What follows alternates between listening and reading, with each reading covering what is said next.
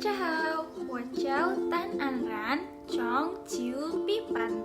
Hari ini saya mau menjelaskan atau menceritakan asal-usul dari Chinese Valentine Day atau bisa kita sebut dengan Hari Kasih Sayang. Cuman ini versi kebudayaan Cinanya. Biasanya kalau orang Cina sana itu nyebut Valentine Day ini adalah Cese itu ya, Cese. Nah, jadi sebelum kita masuk ke cara memperingatinya atau festival-festivalnya, kita bakal masuk ke sejarahnya bagaimana orang Cina itu bisa mempunyai legenda tersendiri untuk memperingati Valentine Day sendiri gitu. Kalau biasanya kita ngerayain Hari Kasih Sayang itu tanggal 14 Februari menurut kalender Masehi. Tapi kalau di kebudayaan Cina, mereka ini ngerayain Valentine itu tuh di hari ke-7 bulan 7 menurut kalender lunar.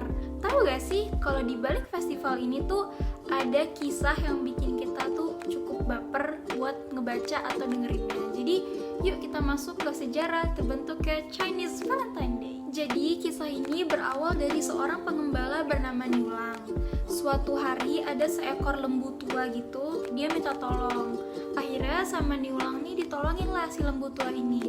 Ternyata si lembu tua ini tuh cukup kayak ajaib gitu, dia bisa ngomong. Akhirnya sebagai imbalan karena kebaikan Niulang ini, lembu tua ini tuh kenalin Niulang sama seekor penenun cantik bernama Cinu. Cinu sendiri adalah putri dari Dewi Surga. Kisah pertemuan Cinu dan Niulang ini berawal dari Cinu dan saudari-saudarinya yang turun ke bumi, abis itu mereka tuh mandi di sungai. Terus si lembu tua ini tuh nyuruh Niulang kayak ambil salah satu selendang dari mereka. Akhirnya sama si Niulang ini diambillah salah satu selendangnya. Ternyata yang keambil itu punyanya Cinu. Long short story, akhirnya si Cinu sama Niulang itu jatuh cinta dan mereka diam-diam menikah tanpa sepengetahuan Dewi Surga. Mereka pun setelah itu mempunyai 2 anak, 1 perempuan dan 1 anak laki-laki. Dan mereka ini hidupnya bahagia selama beberapa tahun.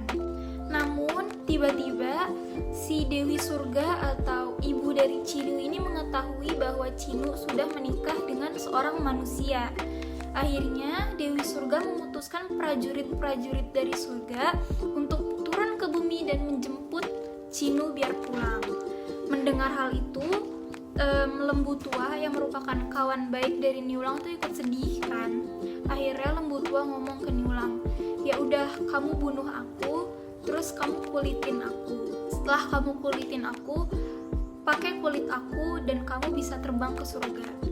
Akhirnya dengan berat hati si Niulang ini tuh ngebunuhlah si lembunya itu.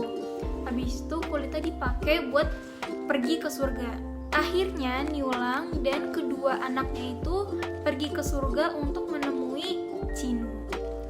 Tepat sebelum menemui Cinu, ternyata Dewi Surga udah tahu duluan kalau misalnya Niulang sama anaknya ini datang ke surga buat nemuin Cinu. Akhirnya Dewi Surga menciptakan sungai yang sangat besar sehingga sungai itu tuh memisahkan antara Niulang dan Cinu. Banyak yang percaya kalau ternyata sungai yang besar itu sekarang sudah menjadi galaksi Bima Sakti. Namun cinta mereka berdua, jadi cinta antara Niulang dan Cinu ini tuh tidak terbendung. Akhirnya karena cinta mereka ini kayak cinta sejati itu menggerakkan burung-burung gagak dari tanah atau dari bumi itu terbang ke atas dan akhirnya membentuk sebuah jembatan di atas sungai tersebut. Jembatan itu bisa kita kenal dengan nama Jembatan Murai. Jadi karena udah dibangun jembatan sama burung-burung ini di atas sungai, akhirnya Niulang dan Cinu pun bisa bertemu dan Cinu bisa bertemu dengan kedua anak mereka. Ternyata sang Dewi Surga juga tergerak hatinya karena melihat, wah ternyata Cinu sama Niulang ini cintanya itu cinta sejati. Akhirnya Dewi Surga pun membolehkan Niulang itu bertemu dengan Cinu setiap 1 tahun sekali di hari ke-7 bulan 7. Bagi kalian yang udah pernah nonton film Karate Kid, itu pasti kalian mungkin tahu cerita ini karena di salah satu scene film Karate Kid ini tuh diceritain wanita Ian. Jadi kurang lebih ceritanya hampir sama gitu. Karena legenda itulah banyak orang Tionghoa yang merayakan Cese itu tuh dengan para wanita muda itu tuh berlomba-lomba memamerkan keterampilan mereka. Mereka pun memasukkan jarum di bawah sinar bulan.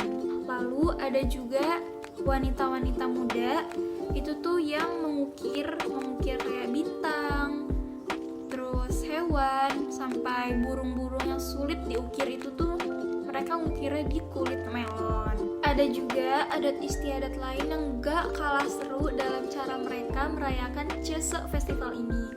Contohnya para wanita muda atau istri-istri ini tuh menyiapkan meja persembahan. Jadi di meja persembahan itu terdapat teh, terus ada buah-buahan, lalu ada kacang-kacangan, dan sampai ada biji melon. Pada saat malam harinya, mereka memamerkan hasil jahitan mereka di bawah Vega, atau menurut kepercayaan orang sana itu Vega itu adalah bintang kedua yang paling terang di bumi utara. Mereka juga berdoa untuk kehidupan yang berbahagia, dan mereka juga berdoa untuk suami-suami mereka. Selanjutnya mereka melakukan banyak permainan, atau ada juga dari mereka yang membaca puisi sampai tengah malam. Namun di zaman modern ini lebih banyak orang-orang yang merayakan Valentine's Day itu tuh dengan memberi coklat, memberi bunga, lalu mereka makan malam romantis gitu deh. Banyak pula orang-orang yang masih merayakan Valentine ini karena dengan maksud itu menunjukkan rasa kasih sayang mereka terhadap pasangan mereka. Dan Valentine sendiri ini kan cuma terjadi 1 tahun sekali. Jadi menurut mereka Valentine itu adalah suatu hari yang sangat spesial gitu. And the moral of this story is tentang unbreakable love, atau cinta yang tidak terpatahkan atau tidak mudah terpatahkan. Maksudnya Niulang dan Chinu ini bener-bener ngasih tahu kalau cinta mereka ini sangat susah dipatahkan, atau cinta mereka ini sangat sejati, sampai Dewi Surga pun luluh hatinya. And I think this is such a good love story buat diceritain ke orang-orang, atau buat diceritain ke masa-masa yang akan datang, karena ini kisah yang cukup mengharukan menurut aku. So yeah, jadi mungkin segitu dulu aja ceritanya tentang kebudayaan Cina. Semoga kalian puas dengan sejarah-sejarah bagaimana bisa terbentuk, legendanya, dan cara orang memperingati sejarah tersebut.